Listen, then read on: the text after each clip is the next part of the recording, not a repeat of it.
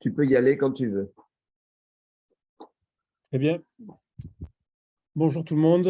Alors aujourd'hui, nous allons parler d'instabilité postérieure du genou. Je vous rappelle que dans les cours de DES qui sont à votre disposition sur le site qu'a créé Philippe Chiron, vous retrouvez instabilité antérieure, instabilité latérale et instabilité médiale. Il reste instabilité postérieure à faire. Et donc, on le fait maintenant. Si je trouve les boutons. L'objectif de ce topo est triple: savoir diagnostiquer une lésion du ligament croisé postérieur, connaître les différentes modalités thérapeutiques et prendre en charge ce type de lésion. Un plan tout à fait classique: introduction, anatomie biomécanique, cadre nosologique, diagnostic clinique, diagnostic radiologique, prise en charge et conclusion avec les messages à retenir. D'abord, l'introduction. Rien de bien original. Il s'agit d'une pathologie relativement rare dans les traumatismes du genou. Elle représente 1,5 à 13% en fonction des séries des traumatismes du genou. C'est de plus en plus des accidents sportifs et de moins en moins des accidents de la voie publique. Traditionnellement, on avait le syndrome du tableau de bord, comme vous avez ici, avec un choc direct sur la tuberosité tibiale antérieure qui crée une translation postérieure, cassant le ligament croisé postérieur. Et ce qu'on a de plus en plus, notamment ici à Toulouse, ce sont les lésions du ligament croisé postérieur survenues au rugby, avec des gens qui tombent sur la tuberosité tibiale antérieure, avec l'adversaire qui est en général d'un poids volumineux sur le dos, ce qui rajoute une charge et ce qui crée une contrainte postérieure. La prédominance, elle est globalement masculine et les ruptures isolées sont relativement faibles et c'est un point important de ce topo. Ce sont souvent des lésions combinées et ça, il faut bien l'avoir en tête. Il faut savoir y penser dans un cadre qui n'a peut-être rien à voir avec le ligament croisé postérieur de manière immédiate, c'est-à-dire lors des traumatismes haute énergie ou, par exemple, une fracture de la diaphyse fémorale comme celle-ci en voiture. On va bien se focaliser sur la diaphyse et on peut passer à côté du ligament croisé postérieur et donc être obligé de faire un diagnostic un peu décalé et parfois une prise en charge qui ne serait pas optimale en aigu. C'est très souvent des lésions multiligamentaires. Le ligament croisé postérieur, c'est le pivot central du genou. Quand il vient avoir une lésion, c'est souvent que ce sont des traumatismes à haute énergie et qu'il y a des lésions associées. Dans 30% des cas, on a une lésion du collatéral médial associée. Dans 46% des cas, on a des bicroisés et on peut avoir des atteintes du point d'angle postérolatéral dans 60% des cas avec une lésion du ligament croisé postérieur. Donc, dans votre examen clinique, il faudra bien faire attention à rechercher toutes les structures anatomiques du genou et analyser chacune d'elles pour ne pas passer à côté d'un diagnostic parce que ça va compromettre votre prise en charge thérapeutique. L'anatomie, le ligament croisé postérieur, c'est un frein à la translation postérieure et un frein à la rotation interne à 90 degrés de flexion. Sa partie postérieure, suivez la flèche, elle va de la zone intercondylienne du tibia jusqu'à la facette médiale de la fosse intercondylienne du fémur. Vous voyez, c'est le pivot central, c'est la poutre en plein milieu. C'est le plus gros des ligaments du genou. Il est en plein milieu, il stabilise, c'est lui vraiment le stabilisateur principal. Il a deux faisceaux, un faisceau antéro-latéral qui se tend en flexion et un faisceau postéromédial qui se tend en extension, plus ou moins associé aux ligaments ménisco-fémoraux antérieurs et postérieurs. Je vais y revenir juste après.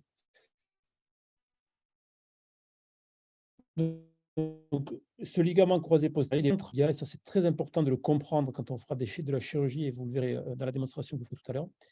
Deux faisceaux, et surtout, il a un rôle vraiment de poutre centrale et va s'y insérer dessus des structures ligamentaires, notamment importantes pour la stabilisation des ménisques.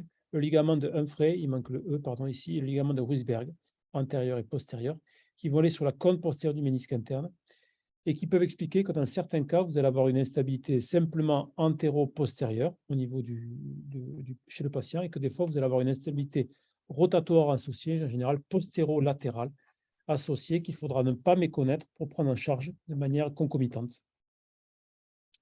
Le ligament croisé postérieur, il absorbe 90% des contraintes de la translation postérieure.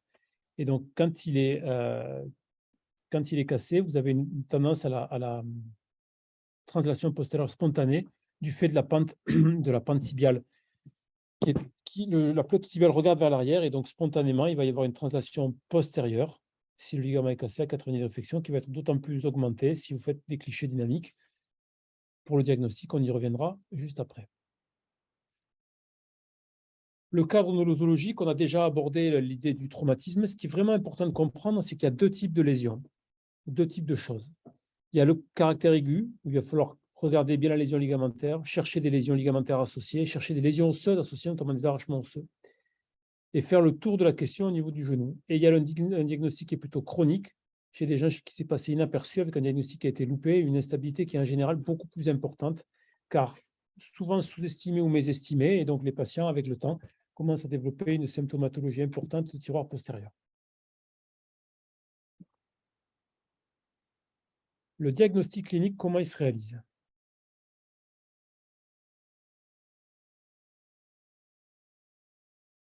Il se réalise d'abord en recherchant des lésions du ligament croisé postérieur lui-même, et ensuite, on va rechercher des lésions associées. Donc là, votre examen clinique, il va devoir être toujours le même, standard, bilatéral et comparatif. Premier signe clinique, un effacement de la tubérosité tibiale. Vous voyez sur ce patient qui souffre du genou droit, celui qui est le plus près de nous, la tubérosité tibiale fait saillie sur le genou gauche et à droite, elle est effacée. On va retrouver un tiroir postérieur. Et le tiroir postérieur, attention au piège, c'est-à-dire que là, vous voyez, le tibia est spontanément vers l'arrière. On va réduire le tiroir. Il va revenir en position normale avec l'état qui est là. Et c'est ensuite qu'on a un tiroir postérieur. On réduit le tiroir postérieur. On est en position 0 et on va vers l'avant.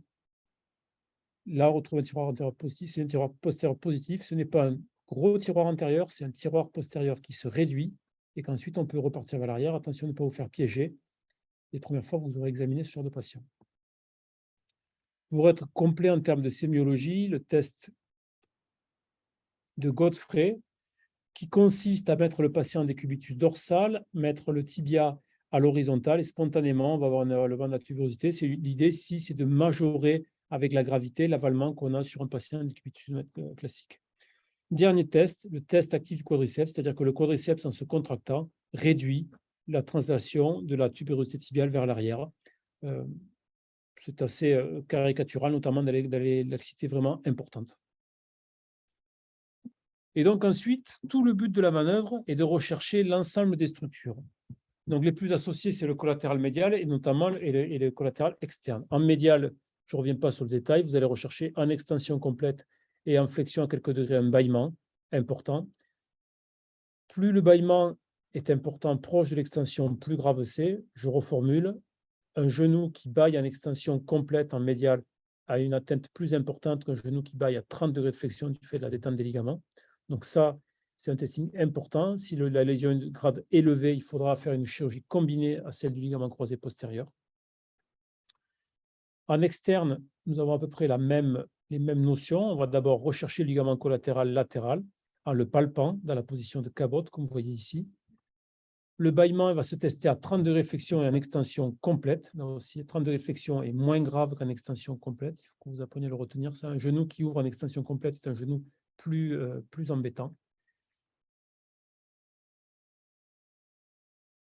Et j'attire votre attention sur le testing du point d'angle postéro-externe qui est particulièrement important dans les lésions du ligament croisé postérieur. Donc, on va le chercher en extension et en flexion, comme vous voyez ici. Et surtout, on va tester on va rechercher des stabilités rotatoires. Alors, comment on le cherche, ça? On le cherche avec un test qui s'appelle le dial-test. Vous mettez le patient en décubitus ventral et vous regardez la rotation externe comparative entre les deux côtés. À 90 degrés de flexion, on va tester le ligament croisé postérieur et le point d'angle. Et donc, si la rotation externe est plus élevée d'un côté, c'est un côté qui est lésé, qui a un problème rotatoire. Et donc, quand vous allez le prendre en charge, il faudra peut-être prendre en charge non seulement le ligament croisé postérieur, mais aussi le point d'angle postéro-externe. Les examens paracliniques. Toujours faire une radio face profil. Pourquoi? Pour rechercher une avulsion osseuse de l'insertion du ligament croisé postérieur que vous avez ici, ou un tiroir postérieur spontané qu'on n'a pas là, mais qu'on avait sur la radio tout à l'heure que je vous ai montré au début. Ensuite, on va aller assez vite à l'IRM. À l'IRM, on va avoir une interruption des fibres. Vous voyez, le ligament croisé postérieur, il est noir, bien régulé en T2 ici. Là, vous avez une interruption des fibres. vous pouvez avoir des œdèmes osseux qui sont soit au niveau de l'insertion ici, soit au niveau du choc antérieur, au niveau de la tubérosité tibiale. Attention, attention, dans un peu plus d'un quart des cas, notamment dans les lésions chroniques, le LCP a un aspect normal à l'IRM, et là, il faut savoir aller aux radiographies en stress pour lever le doute d'une instabilité postérieure.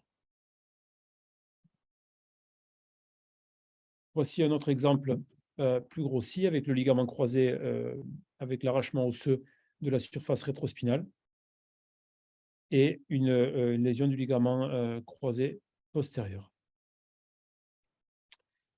Sur les radiographies standards, pour être complet en termes de sémiologie, pardon pour cette image qui ne passe pas, on peut avoir des fractures de second inversé avec un arrachement osseux en médial, au plateau tibial médial. On peut avoir des fractures de la rotule associée du fait du choc direct. On peut avoir un tirage postérieur spontané. Et surtout, on peut voir une hémarthrose sur la radiographie de profil.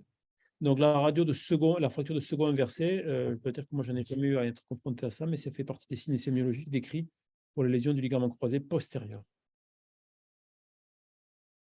À l'IRM, donc, qui est l'examen le plus sensible, vous avez les œdèmes osseux, la rupture des fibres, voyez ici, elles sont continues, et elle ne va plus jusqu'en haut. Vous avez un épaississement, notamment dans les cas chroniques, un hypersignal T1 et un DP face du ligament, et parfois les ablutions osseuses qui se voient particulièrement bien au niveau de la surface rétrospinale. Ici, vous voyez le ligament croisé postérieur, il est inséré très bas, très postérieur et très en dessous de l'interligne articulaire. En dehors de la phase aiguë, il faut savoir avoir recours à des laximétries de manière facile, parce que ça peut souvent lever le doute et donner un caractère objectif à la mesure qui peut permettre au patient de comprendre un peu mieux sa pathologie. Donc, ce sont des radios que l'on fait en stress, 90 degrés de flexion, où on crée une translation postérieure avec un poussoir ici. Une classification a été faite, elle est un peu différente entre les croisés postérieurs et les croisés antérieurs. Grade 1, si on a une lésion une translation de moins de 8 mm, grade 2 entre 8 et 12, et supérieur à 12, c'est un grade 3 avec une lésion du point d'angle postéro-externe en général associée. Les l'excité très importantes postérieures sont souvent multiligamentaires. C'est un deuxième message important de ce topo. Quand on a vraiment une très grosse laxité postérieure, c'est souvent qu'il y a une lésion du point d'angle associée avec, et souvent du point d'angle postéro-externe. C'est pour ça qu'il faut bien le mesurer lors de l'examen clinique. À la radio, on va chercher les lésions pouvant témoigner de lésions associées, comme des arrachements osseux de la tête du péroné, des IRM. Je ne vais pas vous refaire la sémiologie IRM, je vous renvoie à la conférence enregistrée sur les lésions du plan externe. Mais regardez bien les lésions collatérales externes et poplitées, comme vous avez sur cette image IRM, où tout est complètement arraché. Et bien sûr, les clichés en stress qui peuvent être très utiles quand on a laxité combinée. Vous voyez ici, on avait une laxité LCA, LCP, et plan externe avec un bâillement qui est majeur en externe. Donc, chirurgie multiligamentaire à prévoir chez ce patient. En chronique, il va falloir être sûr qu'on n'a pas déjà développé de l'arthrose. Donc, il faut des clichés standards d'arthrose, face, profil, shoot, DFP. Il faut faire une télémétrie des membres inférieurs. Pourquoi? Pour avoir un aspect de récurvatum complet sur la radio de profil et sur la radio de face pour rechercher là aussi des signes d'arthrose débutants. L'arthrose, elle va être antérieure chez les patients qui ont une instabilité postérieure, donc parfois pas facile à mettre en évidence. Et concentrez-vous bien sur l'articulation fémoro-patellaire parce que la rotule est souvent mise à contrainte avec ces instabilités postérieures. Et donc, il faut savoir les rechercher pour mieux comprendre, pour être sûr d'être dans un stade d'arthrose encore compatible avec un traitement conservateur.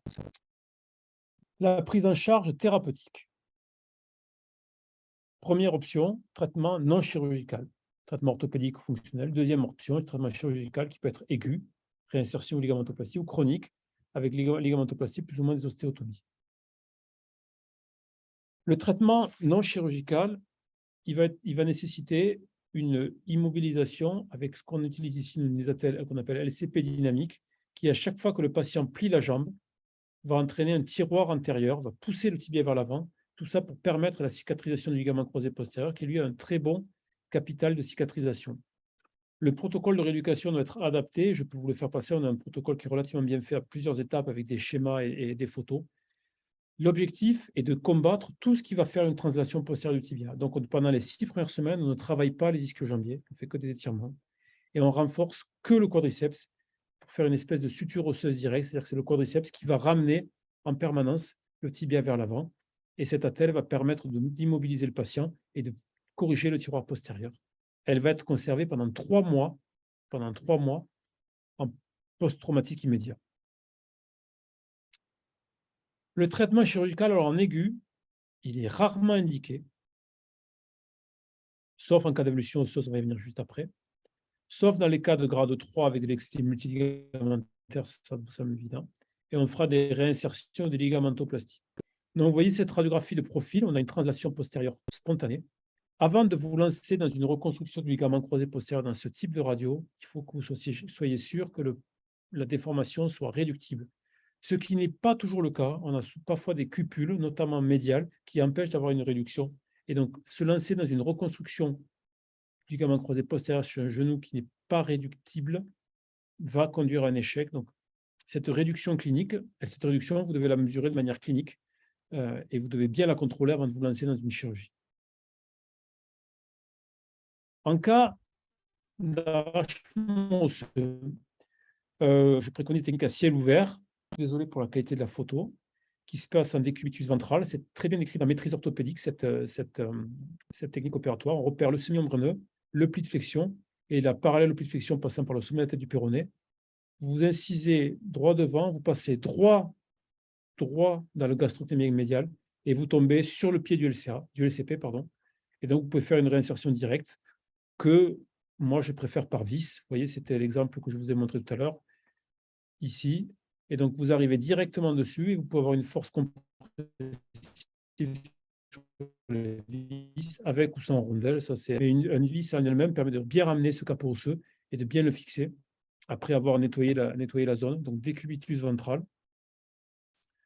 pli de flexion du genou, parallèle passant par le ligament croisé postérieur. On passe en plein milieu du gastrocnémien médial. Comme ça, vous évitez le paquet vasculaire qui est sur le côté.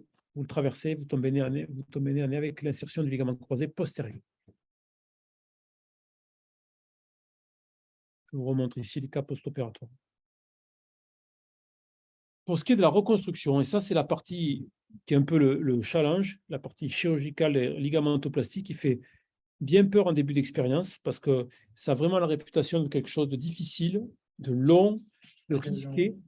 Je vais vous couper le son. Mais je dois dire que quand on fait des voies postéromédiales et postérolatérales, donc un accès direct arthroscopique postéromédial et postérolatérale, on se rend la vie beaucoup plus simple. Et ça, c'est vraiment, vraiment, vraiment important de bien le comprendre. Et je vais beaucoup détailler sur comment on fait cette chirurgie-là. Donc, quels sont mes choix? J'ai appris ce type de chirurgie en Corée du Sud lors d'un voyage. Je fais au fémur un seul tunnel, dans une position qui est anatomique. Au tibia, il n'y a aussi qu'un seul tunnel qui est complet, avec un viseur qui est mis de devant vers derrière. Je ne fais pas du inlay, c'est-à-dire que je ne plaque pas la greffe contre le rebord postérieur. Avec un voie d'abord antéromédiale, avec 2 voies d'abord postérieures, postéromédiale et postérolatérale. Je vais vous détailler ça. J'essaie de garder le plus de ligaments croisés postérieurs possible. Et je fais un seul faisceau, en général, une allogreffe de jambier postérieur. C'est ce qui est le plus adapté à ce type de chirurgie.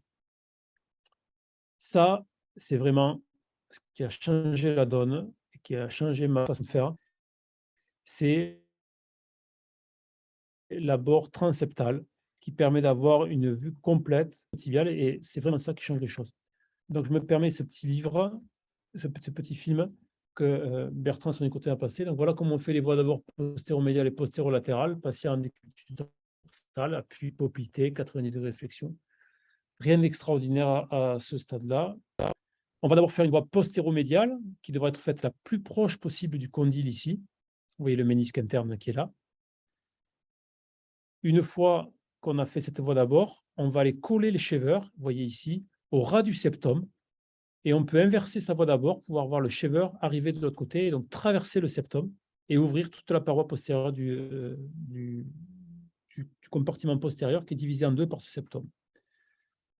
Donc, le shaver est rentré par la voie postéromédiale, le paquet vasculaire est très loin derrière. Et ensuite, une fois qu'on a cassé le septum, on peut passer les shavers et la caméra de chaque côté et on avance. Donc, la vue transeptale, on passe l'aiguille et on peut repérer le ligament croisé, le condyle externe. Ici, je remonte plus doucement. On a mis, une fois qu'on a fait qu'on a nettoyé le septum, on passe la caméra dans la voie postéromédiale qui va directement au niveau du condyle externe ici. Et donc, on peut faire une deuxième voie d'abord, puis passer le shaver en va-et-vient et donc réaliser la voie postéromédiale. Donc, je vous montre sur un patient la voie postéromédiale. On passe sous le ligament croisé postérieur. On repère la zone assez proche, une incision. Le shaver passé est collé contre le septum ici, avec les dents du shaver qui aura toujours vers devant. On repère en changeant la caméra qu'on traverse le septum. Ce qu'on vient de faire, ça c'est le condyle externe que vous voyez sur le côté. Une fois qu'on a bien shavé toujours les dents vers l'avant, on passe la caméra. Et donc, vous voyez, on passe au niveau du condyle externe. Là, on fait sa deuxième voie d'abord. Et ensuite, on passe le shaver ou l'électrocoblation. On a tout le pied du LCP qui apparaît devant vous. Vous allez le voir ici, là, ici, à votre droite. Je vais vous montrer une vidéo technique chirurgicale juste après. Pourquoi j'ai choisi cette vue? Parce qu'une fois qu'on a fait notre voie d'abord postéromédiale et postérolatérale, voilà sur quoi on est confronté. On a le pied du LCP devant nous, et donc ça devient aussi simple que le ligament croisé antérieur.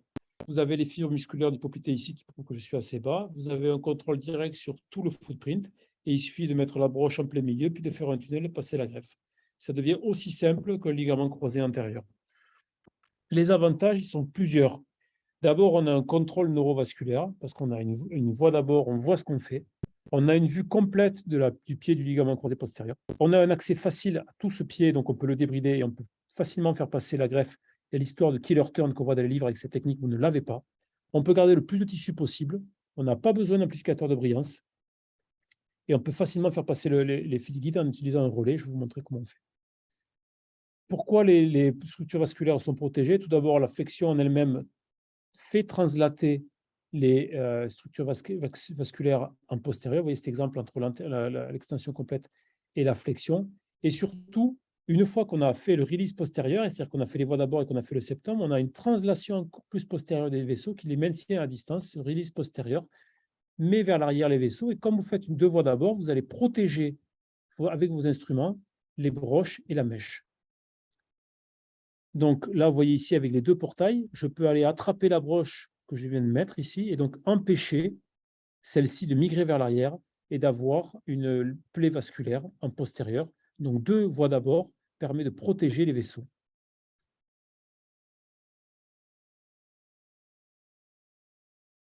Deuxièmement, il faut bien comprendre, et c'est ce que vous avez vu tout à l'heure dans l'anatomie, que l'insertion, elle est très basse et que donc il faut avoir un accès complet à l'ensemble du pied du ligament croisé postérieur pour pouvoir le reproduire et qu'il faut savoir descendre très très très bas. Vous voyez, le footprint, il est très bas. C'est une greffe qu'on avait fait avec une ouverture du septum ici. Il faut savoir passer la greffe très très bas et je ne crois pas qu'avec une seule voie postéromédiale ou en tout cas à l'ampli, on puisse contrôler ça et avoir un accès direct facilement. Ça, c'est difficile à faire qu'avec une voie postéromédiale. Il n'y a pas besoin d'amplificateur de brillance et surtout, il faut bien comprendre que le footprint, il est légèrement latéral par rapport au septum. Et que donc, si vous faites qu'une voie postéromédiale sans ouvrir un postérolatéral, vous risquez de mettre une greffe ici plutôt que la mettre au milieu du footprint. Et c'est les erreurs qu'on voit relativement classiques.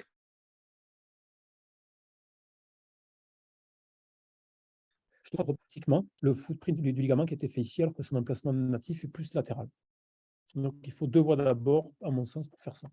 On peut nettoyer la fossette et surtout faire passer les greffes et les fils relais sans aucune difficulté parce que même si l'angulation est trop importante ici, je peux passer une broche ou une autre pince par l'autre voie d'abord pour arriver jusqu'à attraper avec ma pince.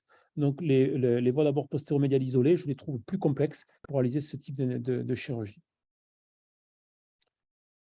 Il a clairement été montré dans la littérature que plus on garde de tissu au niveau du ligament croisé postérieur, mieux les résultats sont. Et donc, avec une voie d'abord postéro-latérale et postéromédiale, vous pouvez avoir un contrôle direct du pied du LCP et donc complètement visualiser ce que vous faites. Il n'y a pas besoin d'aller en enlever beaucoup plus que ce qui est nécessaire. On peut même contrôler la mise en place de la vis qu'on peut pouvoir monter jusqu'au plus haut possible.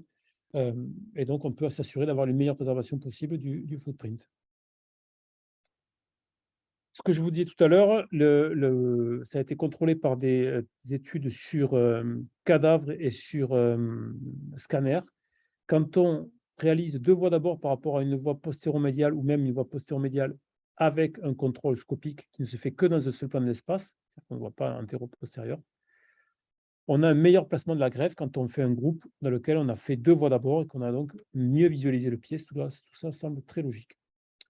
Donc pour résumer, vous avez un temps opératoire qui est diminué, vous avez moins de risques neurovasculaires et vous n'avez pas de radiation. Vous voyez, quand vous faites une scopie, vous n'avez accès qu'à ce plan-là, vous ne voyez pas en médiolatéral comment vous avez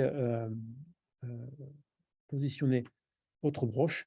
Et je pense qu'il faut pouvoir voir tout ce qu'on fait pour pouvoir le contrôler. Donc, c'est important de faire ces voies postéro-lamédiales. Pas besoin de réséquer beaucoup, pas besoin d'avoir du matériel additionnel. Vous avez le matériel standard avec des viseurs. Pas besoin d'amplificateur de Behrens. Alors ça, vous savez à quel point je suis attaché au fait d'avoir les techniques les plus efficaces et les plus simples. Et là, vraiment, pour le coup, c'est ultra efficace, ultra simple. Donc, on coche toutes les cases. On obtient une technique qui est aussi simple que le ligament croisé antérieur. C'est-à-dire que votre ligament croisé postérieur devient un ligament croisé antérieur. Vous avez la même difficulté pour faire le plateau tibial, le tunnel au niveau du tibia. Donc, je vais vous montrer comment on fait en pratique. C'est un des derniers cas qu'on a fait. Le son, il est coupé. Donc, vous voyez, première constatation, ligament croisé antérieur et l'axe. Et quand vous réduisez le tiroir, vous avez un ligament qui reprend la tension. Donc, on va débrider en postérieur en passant le scope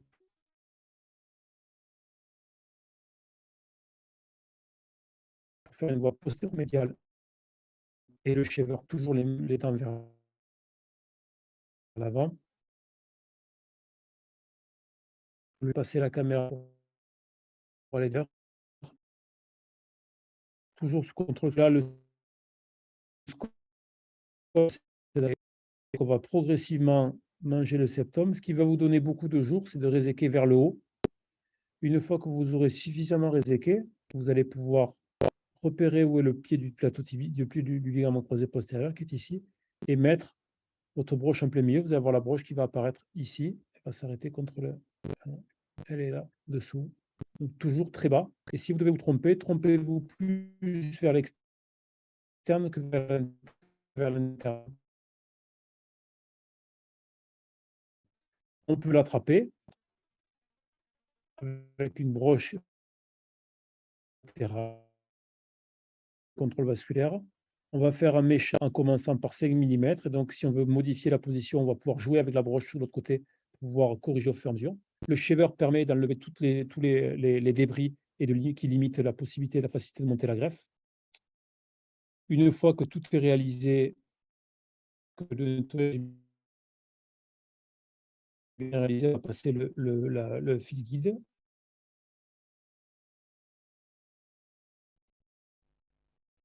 Là aussi, on peut utiliser un fil relais. Ça, c'est la technique ancienne que j'utilisais avec la broche mise à l'envers. Et donc, on fait passer les pinces d'un côté en utilisant la voie postéro-latérale pour pouvoir se la présenter où on veut par rapport à la voie intra-articulaire. Vous allez voir ici, passer l'autre pince et donc passer le fil relais en gardant le plus possible de greffe. Vous voyez ici qu'on a réséqué le moins possible.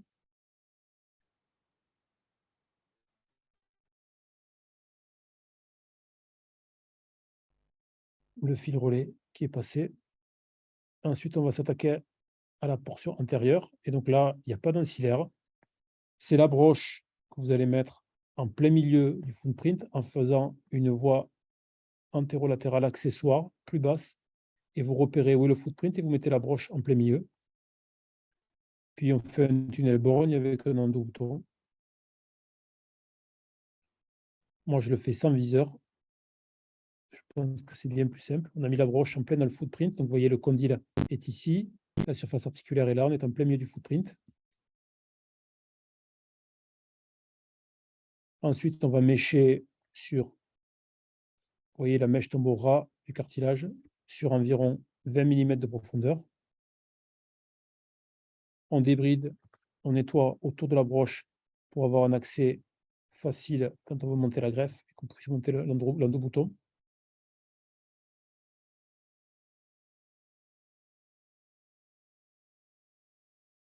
Puis on fait passer le fil relais.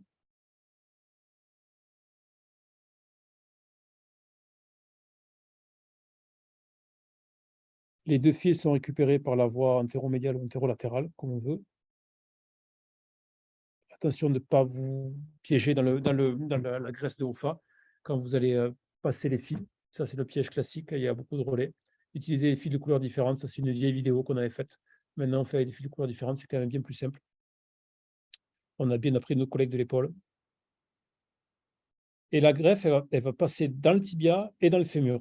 Donc, vous allez faire monter les fils et vous allez pouvoir contrôler avec la vue que l'endobouton va monter à l'intérieur. Donc, vous contrôlez que l'endobouton passe. Une fois qu'il est passé,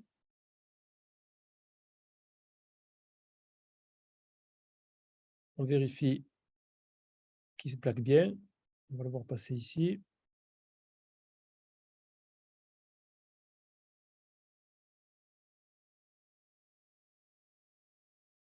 Là, il se passe bien. Et ensuite, il n'y a plus qu'à tirer sur les fils pour faire monter la greffe à l'intérieur. Donc là, on l'a vu monter au niveau du fémur. Et je mets deux vis au niveau du tibia.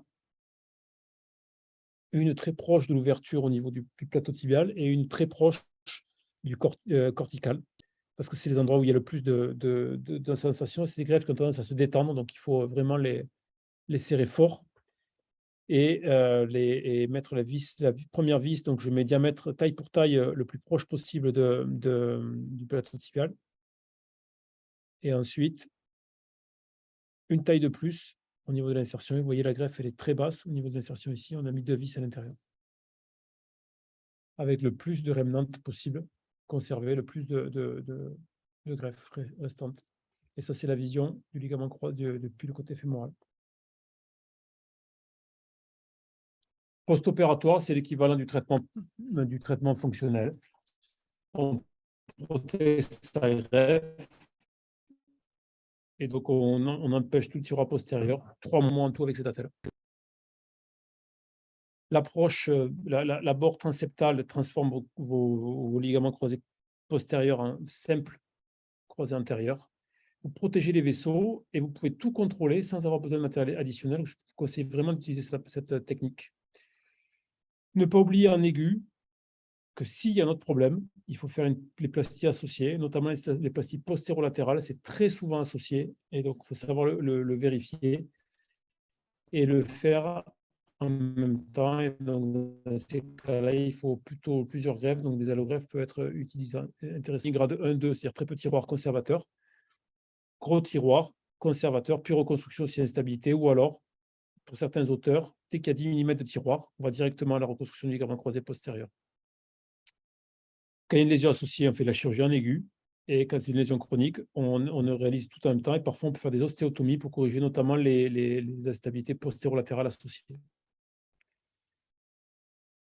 L'instabilité et douleur postérieure, le tiroir, il est postérieur. Attention au piège du tiroir antérieur qui se réduit. C'est un tiroir postérieur. Le traitement conservateur a toute sa place avec renforcement du quadriceps, inhibition initiale des ischio-jambiers. Et je vous conseille la telle de correction. Et on a un traitement chirurgical s'il y a une rupture symptomatique et avec de la rééducation bien faite. Je vous remercie.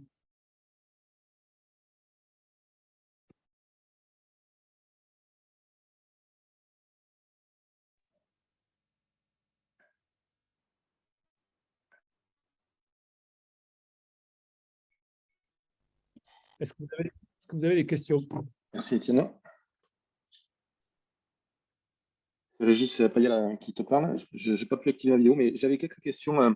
Déjà, bravo pour ta présentation. Là, ça a l'air simple quand on te voit faire. Ça allait peut-être pas autant dans les mains de tout le monde. Tu as dit qu'il y avait deux grandes catégories, finalement, les lésions aiguës que l'on diagnostique parce qu'on est un bon chirurgien ou un bon traumatologue. Et puis tu as dit, elle est loupée. Et dans ton expérience, ces loupés, ils sont dus à quoi? Comment on peut passer finalement à côté d'une lésion? Tu nous l'as montré, c'est quand même des traumatismes assez graves, il y a un épanchement. Comment on peut rater? Alors, c'est toujours le même scénario, c'est toujours pareil, c'est toujours un AVP, et c'est toujours quelqu'un qui avait une fracture ouverte à côté ou une fracture de la diaphyse ou diaphyse école. Et donc, on s'est focalisé là-dessus et on découvre la lésion à la reprise d'activité ou à la reprise d'appui ou à la remise en charge.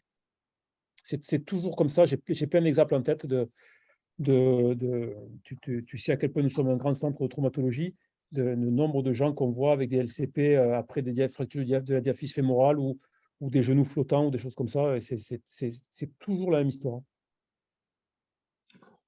Et donc, l'autre question que j'avais à te poser, c'était sur finalement tes indications opératoires, parce que bon, on a vu, c'est une chirurgie qui est exigeante, mais finalement, avec l'entraînement, on arrive probablement à maîtriser le geste. Ça reste assez rare comme lésion. Et donc, dans tes indications, qu'est-ce qui va primer? Est-ce que c'est la laximétrie quand elle est très importante? Est-ce que c'est la sensation d'instabilité du patient? Parce que parfois, on a des patients qui se plaignent d'instabilité, puis quand on leur fait de la laximétrie, c'est pas majeur. D'autres qui finalement ont des laxités assez importantes et qui ne se plaignent pas forcément de grand-chose. Comment tu choisis, tu tries ces patients? Alors, ce que je vais dire pour la première partie est vrai pour toutes les pathologies. Celui qui se plaint de rien, on ne lui fait rien. Ça, Ok. c'est. Voilà. Et ensuite, dans les cas douteux, je fais facilement des laximétries. Je m'assure que le kiné a bien fait la rééducation, je teste la réductibilité et je vais à quand est-ce que je vais à l'indication opératoire? Sportif bon niveau ou sportif, voire très haut niveau, laxité supérieure à 10 millimètres, là, j'y vais assez vite. Tu le testeras et surtout, et tu regarderas les prochaines fois que tu en as, laxité postérolatérale associée et ça, c'est très fréquent. C'est-à-dire que tu leur fais un tiroir postérolatéral et c'est ça qu'ils ressentent les patients, ils te le disent au moment où tu fais l'examen. C'est-à-dire que tu as le tiroir postérieur classique et tu mets la jambe en rotation externe et tu fais le même geste. Et là, le patient, il te dit, ah oui, c'est vraiment ça que je ressens quand je fais des efforts ou quand je fais des trucs comme ça. Et cela, on peut faire un peu de rééducation, mais c'est comme pour le croisé antérieur. Quand il commence à y avoir une composante rotatoire, c'est rare que ça aille bien. D'accord. Ensuite, dans ton traitement chirurgical, enfin dans ta prise en charge en tout cas, j'ai vu des choses qui ne sont pas forcément accessibles à tout le monde. Alors, si on devait dévoyer un petit peu ta recette que tu nous as donnée, c'est si je n'ai pas accès aux allogreffes, qu'est-ce que tu choisirais comme greffe? Alors, des ischio-jambiers, je pense qu'il faut de la longueur. C'est une greffe qui est Ouais, assez longue, donc il faut de la longueur. Je sais que beaucoup font avec du tendon quadricipital. Moi, j'aurais peur de peut-être un peu court. Euh, Vraiment, les ischio-jambiers, moi, avant qu'on ait l'accès facile aux allogreffes, je faisais les ischio-jambiers. Là où ça devient problématique, c'est quand on commence à avoir LCA, LCP, plan externe, qui est relativement fréquent quand même. Dans la terme de gestion de greffe, ça devient compliqué. ok. Et dans le réglage de la tension, tu nous as dit que il fallait vraiment les tendre, les serrer très fort. Moi, dans mon expérience, c'est que j'ai eu quelques échecs finalement, pas sur la technique où on en est satisfait, on s'est dit tiens, j'avais réussi à faire quelque chose de bien parce qu'on a regardé, on a travaillé, mais c'est sur la détente de la greffe dans le temps. J'ai vu que tu mets cette attelle là qui est super, mais c'est pas forcément évident de les obtenir. Donc c'est quelque chose que tu as constaté souvent des détentes de greffe Ouais. si l'immobilisation n'est pas correcte. Alors, je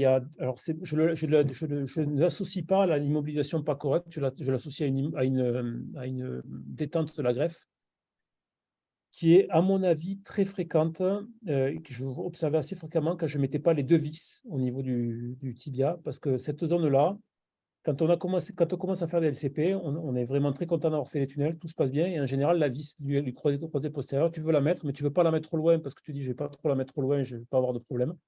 Et en fait, quand tu commences à contrôler,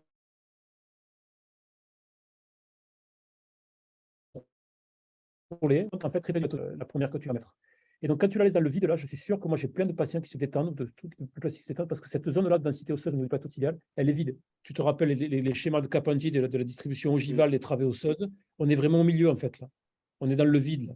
Donc, moi, depuis que je monte la vis, la première très haute et la deuxième, j'ai mis une vis très grosse, dans une vis de 10 en bas pour avoir un appui cortical que je monte très peu haute pour le coup, que je laisse coller très proche du point d'entrée du tunnel. J'ai moins ce problème-là. D'autres y associent des greffes artificielles ou en tout cas renforcent les greffes avec des tissus artificiels comme le truc de chez Artrex, je ne sais plus comment ça s'appelle, l'internal brace. Donc, pour tout te dire, ça, je vais l'essayer vendredi. J'ai une révision de LCP à faire dessus pour voir si ça peut apporter quelque chose. Mais le coup de la vis, là, c'est les Coréens font ça et je ne sais plus comment il s'appelle, Lagat, qui est chirurgien en Belgique, faisait ça. Et quand tu discutes avec lui, c'est vrai que la partie centrale du plateau tibial, il n'y a rien qui tient là-dedans. Donc, il faut aller chercher les appuis corticaux et les travées ogivales. Et du coup, pourquoi pas un embout de bouton en plus de ta vis au niveau du tibia? Pourquoi pas? Comme j'ai des allogreffes, j'ai des vis qui sont très longues. J'ai des greffes qui sont très longues, donc je ne peux pas y mettre un endobouton en bas. Mm. Ok. Mais pourquoi pas, hein, pas du tout, je pense que ça peut être une bonne idée. Ok. Et ton 3 mois d'immobilisation donc par attel, c'est en termes d'observance, ça se passe bien, enfin, avec les systèmes que vous avez. Moi, je n'ai pas l'expérience de ces attelles-là, ça a l'air super. Les patients le tolèrent plutôt bien. Ah oui, c'est annoncé d'emblée et puis c'est pas négociable. Donc, Ok. après, s'il enlève, il se démerde. Si jamais ça repète, il Oui, va tant voir pis. ailleurs. Ah non, mais c'est à un moment, tu vois, tu vas pas leur tenir là quand ils vont pisser. Ouais, c'est pareil. Bon, moi, dans les questions, c'était à peu près tout ce que j'avais à te poser. Sur la voie transeptale, finalement, quand on faisait exercer, bon, j'imagine le mieux, c'est de faire des cadaver labs. C'est quoi peut-être les difficultés qu'on peut rencontrer au départ? C'est la peur, en fait, que l'on a à aller faire mettre un shaver à cet endroit-là. Non, alors, non, c'est ce qui est très difficile. Ce qui est très difficile, c'est l'inversion de la caméra et de travailler à l'envers. Et donc, l'inversion des mouvements. Ça, c'est difficile à faire. Ça, moi, il m'a vraiment fallu du temps. Ça, c'est difficile. Le shaver, derrière, les vaisseaux, ils sont hyper loin. Mm. Si tu mets la lame de shaver vers devant, mais travailler à l'envers, et ça, moi, je l'ai beaucoup fait avec les synovies nodulaires, parce que nous, elles nous sont beaucoup référées, les synovies nodulaires, sous arthroscopie. Tu vas chercher un peu partout, postéro-médial, postéro-latéral ou l'équiscopité. Et travailler à l'envers, ça, c'est assez difficile. Et oh, ça se fait, hein. Mm. Moi, je voudrais te poser une question. J'avais compris, mais sans doute à tort, que lorsque le genou était en extension, le croisé postérieur était détendu et qu'il se tendait en flexion. Or, tu nous dis qu'il y a deux faisceaux dont le postéro-médial est tendu en extension. Et ma question est, pourquoi sur l'IRM, on le voit courbe sur un genou en extension? On le voit courbe à cause des reconstructions IRM qui sont dans différents plans de l'espace et donc qui donnent cet aspect d'être détendu. Et ce n'est pas C'est un vrai en problème. réalité. Pardon? Et en réalité, ce n'est pas vrai. Il n'est pas Non, détendu. en réalité, c'est pas vrai. Ouais. C'est ce que Il m'expliquaient les empêche le radiologues. récurvatum, en fait. Oui, Parce qu'on a bien vu le cliché debout, là où il a un super récurvatum, en ouais, plus de son tiroir postérieur. exactement. Et ça, c'est peut-être des cas aussi où on peut discuter de faire une ostéotomie de la pente pour corriger ça. Mais ça Bon, ben, devient plus compliqué là. ma deuxième question, est-ce que tu ne penses pas qu'une allogreffe de tendon d'Achille serait plus adaptée? Il est gros, il est long. On en fait Ouais, ça. mais c'est ce qu'on a en ce moment. Il y C'est a ce un que. bout d'os et il y a un bout d'os. Si on Ouais, veut. mais alors pour le coup, c'est très très gros et on gâche beaucoup. Ah, mais tant pis, tu peux C'est-à-dire le couper en que deux. ouais, tu peux le couper en deux, mais une fois que tu l'as sur la table, tu peux pas le remettre dans la poche. Donc, Non. on utilise la moitié, un tiers à la moitié du temps dont on utilise. Oui, mais tu sais, tous les morts gâchent beaucoup d'organes, hein. Même Oui, si une mais petite en partie sert à l'occurrence, quelque chose, là, c'est dommage, quoi. Là, c'est vraiment mais dommage. bon, c'est le jeté qui te gêne. Parce que sinon, tu avais toute la matière. Ah oui, oui. Ah non, alors techniquement, pour le coup, tu le coupes de la sens longitudinale, tu le replies en deux, tu n'as pas de problème de longueur, tu peux rajouter une agrafe à la Plus fin, le c'est très morceau pratique. d'os qui est quand même intéressant pour le visser ou le Ouais, bloquer. ouais, Je ne sais pas comment complètement. faire, mais ça doit être faisable. Oui, oui. Vous avez des questions? Je vous rappelle que pour poser des questions, il suffit d'ouvrir votre micro et vous parler. Oui, moi j'en ai une, c'est Bonal, bonjour. Bien, Bonjour. félicitations pour faire ce topo, mais je suis au stade où je vois tout ce que vous avez dit et puis tout ce que votre collègue vient de dire. Je n'ai pas l'impression que ça tienne le temps de stabilité, le croisé postérieur. La première année, c'est pas mal, mais après on les revoit tous, ils sont tous en laxité, et puis ensuite c'est syndrome fémoro-patellaire. Donc, je ne sais pas si ça a beaucoup changé, les techniques. C'est très bien de les présenter, mais tout ce que je vois, enfin, je vois que du secondaire, moi, le croisé postérieur, c'est pas bon, honnêtement, honnêtement. Vous avez dit, je vais reprendre vendredi celui d'eux, mais je pense qu'il n'y a pas que celui d'eux, c'est tous. Et dans certaines circonstances, j'ai remarqué qu'il y a les rayons de courbure du condyle. C'est là où l'indication d'ostéotomie peut-être se poserait plus facilement, facilite cette laxité, je dirais laxité, postéro-externe avec Jaeger, on l'avait vu. Ça pose problème. Le croisé postérieur, moi, j'aimerais pas, enfin, j'aime pas, je les opère pas, je ne les opère plus, mais je ne vois pas de bons résultats sur le long terme, hein. Je dis bien long On terme. ne peut pas ne pas les opérer quand il y a une atteinte multiligamentaire. Enfin, quelqu'un qui a LCA, LCP, un plan externe, on ne peut pas ne pas l'opérer. Oui, mais ça c'est d'accord. Mais après, ils Oui, ont mais tous ces c'est excès de- 80%, c'est 80% de nos indications du ligament croisé postérieur. Moi, je ne partage pas du tout votre expérience. Nous, on a revu nos cas à 3 ans de recul, on n'a pas Ouais. d'état majeur. Ce qui est important d'additionner au ligament croisé postérieur, c'est des plastiques du tendon poplité qui contrôlent bien le problème postéro-externe. Parce que le problème du ligament croisé postérieur, c'est faire un croisé postérieur isolé, c'est relativement peu fréquent. C'est relativement peu fréquent. C'est en général les atteintes multiligamentaires et donc c'est comme un croisé antérieur. Si vous avez une atteinte antérieure et antéro-externe et que vous faites que le croisé ou postéro-latéral et que vous faites que le croisé antérieur, vous avez un taux de rupture et d'échec qui est plus important. C'est-à-dire que si on traite que la moitié du problème, on n'a que la moitié du résultat. Donc, moi, c'est vraiment ça qui est important. Donc, je comprends qu'il y ait cet aspect de détente qu'on observe, mais je crois que beaucoup de choses dans ce qu'on appelle la détente, c'est surtout des lésions associées qui n'ont pas été diagnostiquées et pas traitées au moment de la chirurgie. Oui, c'est possible. Enfin, moi, je ne les opère pas, mais ceux qui les opèrent, théoriquement, ils doivent bien les opérer correctement et ça ne tient pas bien.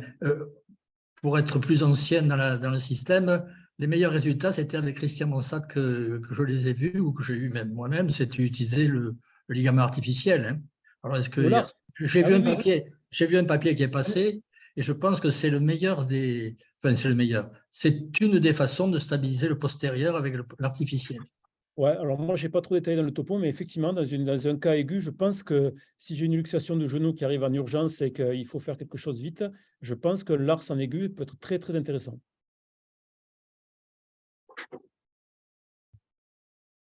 Voilà, enfin, c'est l'ostéotomie. Alors ensuite, puisque vous êtes accouplé plus ou moins avec les pédiatres, les orthopédistes pédiatres, il y a des décompensations du croisé postérieur, enfin du croisé postérieur, non, de l'examen, une postéro-postéro externe, après des abords externes du condyle pour des enclouages. Il y a une anomalie de croissance du condyle latéral et ça vous donne un condyle qui est moins haut, moins courbe. Et là, on a des instabilités, on a des laxités postéro-postéro-externes. Alors ça c'est un gros problème que j'ai pu observer cliniquement, bien entendu. Et la solution chez l'adulte jeune, je ne vois pas très bien, enfin si je comprends, mais je ne le ferai pas, c'est se faire l'ostéotomie pour établir le condyle. Alors, est-ce que vous avez l'expérience des rayons de courbure analytiques dans les cas où on reprend? Non, là, j'ai aucune expérience dans ce type de pathologie. Bon, enfin, on en parle toujours, hein, du croisé postérieur. Merci, M. Bonnel. Et dis-moi, le fameux ligament antérolatéral, il est protégé par le mécanisme d'une lésion postérieure? Je pense qu'il n'y a rien qui est protégé dans un traumatisme à haute énergie du genou. Il y a plusieurs mécanismes différents, mais Tout dépend de la laxité. Tout dépend du déplacement initial. dépend du déplacement, de l'intensité du choc, de la position du membre. Je pense que c'est difficile de faire un catalogue en disant si vous faites mal comme ci, comme ça, vous avez ça, ça et ça. Je pense Parce que ça se faisait à l'époque. On disait tel mécanisme, tel ligament rompu, c'est tel mécanisme au début, en fait. Et au bout d'un moment, ils peuvent tous être Ouais, alors rompus. C'est comme après, la luxation de genou. quand on regarde bien les vidéos, et ça, c'est un travail qui a été fait par les services de médecine du sport du Luxembourg, quand tu regardes bien les vidéos, notamment des sportifs de haut niveau, quand ils se font mal, mais je pense que les autres se font mal pareil, il y a vraiment le genou se luxe dans des traumatismes qui paraissent les plus simples. Donc, on a vraiment des déboîtements qui sont majeurs. Donc, Il n'y a je que le pense qu'il y a tendon plus que rotulien les qui ne schémas risque classiques, rien. plus qu'un ligament. Ouais. D'autres questions? Vous ouvrez votre micro, vous parlez. C'est le moment ou jamais. Tu es où là? Tu es à l'hôpital ou tu es ailleurs? Parce que tu as eu quelques coupures de son, mais enfin, tant pis. Je On suis à comprend. l'hôpital, dans mon Oui, bureau. alors c'est normal. L'hôpital, il n'a pas. Ça frise un peu. D'autres questions alors? Le wifi est bizarre. Allez, j'ai vu qu'il y a plein de, de spectateurs, on va dire, qui viennent de loin, des Libanais. Vous pouvez poser vos questions. C'est toujours agréable d'imaginer que vous êtes loin. Non? Bon, bien, j'ai l'impression que toutes les questions ont été posées. Et moi, je te remercie pour cet ensemble, puisque tu as fait le tour des problèmes des ligaments du genou. Est-ce qu'il en reste encore, à ton avis, à traiter? Ou est-ce que tu as tout fait On trouvera, on sur ce inventera sujet? on trouvera, on inventera un ou deux autres ligaments et puis on fera un topo. Oui, mais tu as quand même fait une belle présentation sur l'ensemble des problèmes ligamentaires et je t'en félicite. Et c'est très vu. J'ai une sorte de compteur et tu es vraiment celui qui est le plus vu dans ces… Et de toute façon, je vous conseille de le revoir parce que vous avez vu, c'est compliqué. Et il y Ah a oui. certaines idées, il faut s'arrêter sur les idées, arrêter le film pour essayer de bien l'avoir compris avant de faire la suite. Pour les Moi, examens j'ai une cliniques, question notamment pour Philippe Ah, Chiron. allez, Comment on vas-y. fait pour revoir la vidéo? Alors, revoir la vidéo, tu vas sur le site Conférence d'orthopédie de Toulouse et tu as une touche qui s'appelle Replay et tu trouves le film. Alors, tu le trouveras dans 24 heures. Mais tous ceux qu'on a déjà fait, il y en a une soixantaine, ils y sont déjà. Super, merci. Et tu peux voir donc les autres lésions ligamentaires. Et je te remercie beaucoup d'avoir modéré. On te voyait avec la barbe au début, tu es devenu iPad, mais ça a marché quand même. Oui, parce que vous m'avez exclu des vidéos. Je me suis dit, je Moi, suis vraiment trop moche. Vous n'avez pas voulu qu'on puisse me moi j'ai voir, mais fait c'est pas ça? grave. Tu crois? Ah bon? Mais je te… C'était Oui. inconscient. C'était inconscient, mais c'était bien. Voilà. Et la Euh, radio, c'est parfois bien. si, non, je ne t'ai pas exclu. C'est toi qui n'as pas branché ta vidéo. Hein. Enfin bon, ce n'est pas très important. Tu vois, on te voit là. Si tu Ça n'avais y pas est. branché ta vidéo, ce n'est pas moi qui t'avais exclu. Bon, on n'a rien perdu. Allez, sur ce, on vous dit au revoir. Au revoir tout Allez, le bonne monde. soirée, au revoir tout le Et à monde. la prochaine fois. La prochaine fois, c'est très intéressant. C'est Jean-Philippe Cahuzac qui nous traite de l'histoire de la chirurgie infantile à Toulouse et de la chirurgie infantile en général. Et je vous assure, c'est vraiment très, très intéressant. Et ça vous explique beaucoup de noms que nous utilisons tous les jours, des places, des noms de salles qui nous sont familières, mais on ne sait pas qui c'est. Ce sont souvent des chirurgiens qui ont participé à la chirurgie infantile. À la semaine prochaine. Au revoir, bonne soirée. Ciao.